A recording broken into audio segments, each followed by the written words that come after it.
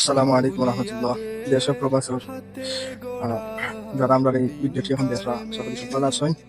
আলহামদুলিল্লাহ, আমরা ইসলামপুর আঞ্চলিক শাখা বাংলাদেশ আঞ্জুমানে তালামীদ ইসলামিয়া আঞ্চলিক শাখা কার্যক্রম ধারাবাহিকভাবে চলে। আমরা আজকের কার্যক্রমটা আমরা পাম্পর রাস্তা অর্থাৎ ইটসলিঙ্গর যে রাস্তা হইয়া গেছে আমরা গ্রাম বিচ্ছেদি ও রাস্তার সাইটের মাটি বৃষ্টির পানির কারণে দিন দিন ইটগুলা শুকিয়ে যাবে।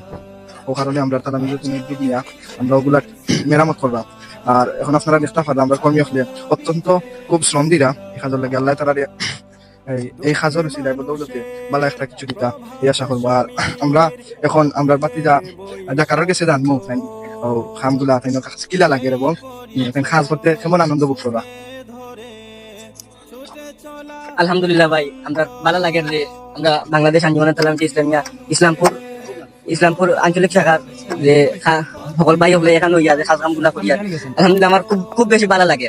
আরো মানে আপনারা যারা দেখা বিদেশি ভাই হল আমরা সাথে আমরা থাকিয়া সাপোর্ট লাগবে, আমরা সাপোর্ট দিবা ফাঁস থাকবো।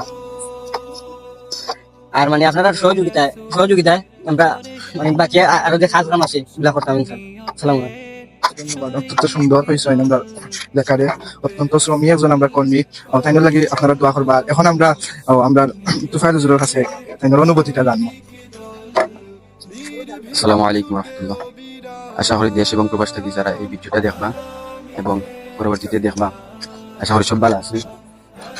আর আপনারা দেখতে পারেন আমরা বাংলাদেশ আঞ্জুমানে তালামীদ ইসলামিয়া ইসলামপুর আঞ্চলিক শাখা সম্মানিত কর্মী ভাই হলেন নিয়ে আমরা পাম্প থেকে শুরু করি ইসলামপুরের রাস্তার চারিদিকে রাখি আগাছাগুলা এবং জঙ্গলগুলাকে আমরা পরিষ্কার করলাম।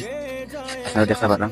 আর দেখতে পারলাম রাস্তার সাইডে দিই খালি দিয়ে ভাঙ্গিয়ে পড়ে গেছে কি ইট সহ আর কি। আমরা চেষ্টা করলাম ঠিক করার লাগি।